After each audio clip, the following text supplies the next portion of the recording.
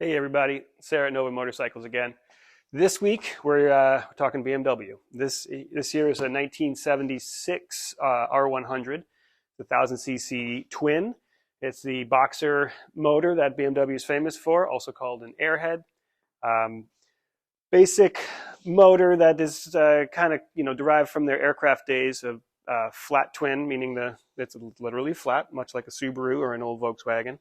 Um, Push rod motor, air cooled, very simple.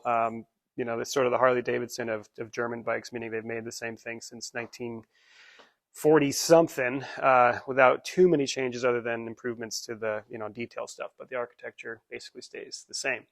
Now, people who know me that tend to think that I hate BMWs. I do not. I just talk a lot of trash about BMWs because people talk about how great they are. And they have some serious design flaws. But they are very reliable in general. They're cool bikes. They're really fun. They ride like nothing else out there. Riding a BMW, you definitely know you're on one. A parallel twin BMW, I should say. A flat twin, excuse me. A twin BMW.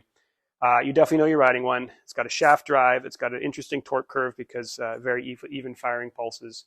So it really feels like nothing else. They're unique. They're fun. But they were designed with some really, really silly things that you have to do a lot of maintenance on them to really make them last. But if you do, they will last. We have customers with 200,000 miles on their bikes, and they're great. So I save my vitriol for people who get a little snobby about how great the BMW designs are, because I got some points to talk about with them. But beyond all that, they're cool, they're reliable, they're big, they're not the quickest bike out there, but they're sort of fast like a Greyhound, meaning once they get up to speed, this old thing will cruise at 80 miles an hour, 85 miles an hour all day long if you want it to. So great starting point for a lot of things, great starting point for a touring bike. Again, you can ride them all day. They're great. So this one in particular came into us during the busy season last year.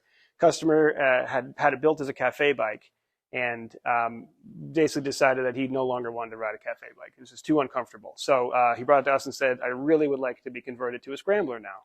So we said, well, listen, it's busy time. We can't really get into it too much, but we can do some basic mods and then bring it back to us in the wintertime, and we'll do an actual build on it. And so we did. We changed his handlebars to these upright Scrambler bars, his Renthals. We gave him a different seat, not this one. We'll get into that.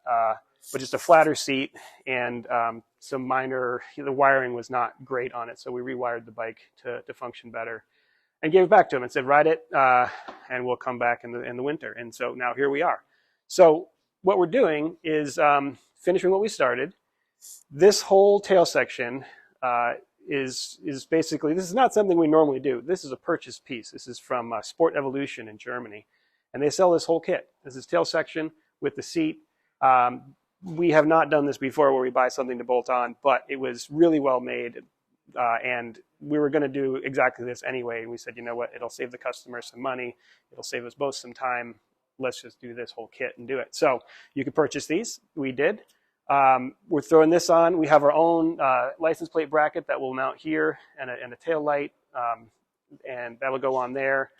But and there's a couple details up here. We're putting some fork covers up here, different headlight ears. We're going to retain the stock bucket with that cafe style yellow lens up front there. These are for bar end blinkers. We'll have those mounted in there. And these are obviously this is plastic cover that goes on the aluminum. I think we'll keep that bare aluminum. And then other than that, we have some knobby tires we're going to put on. Nothing too crazy, because it is basically a street bike, but something that has a little bit of a chunk to it, makes it look like you could actually ride it on a dirt road. And that's about it for this. A couple detail changes. Front end's going to have some blacked out covers here. But that's about it. And it should be a pretty good looking bike.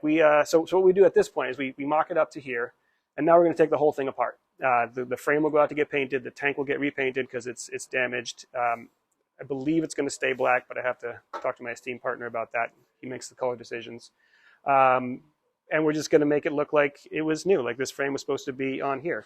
Repaint the whole thing, put it back together, ride it down the road. So we'll have some pics of it when we're done.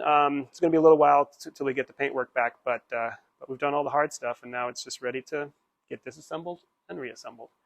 All right, stay tuned. We'll go through some winter projects that we're into in the next couple of weeks. And as usual, please like and subscribe.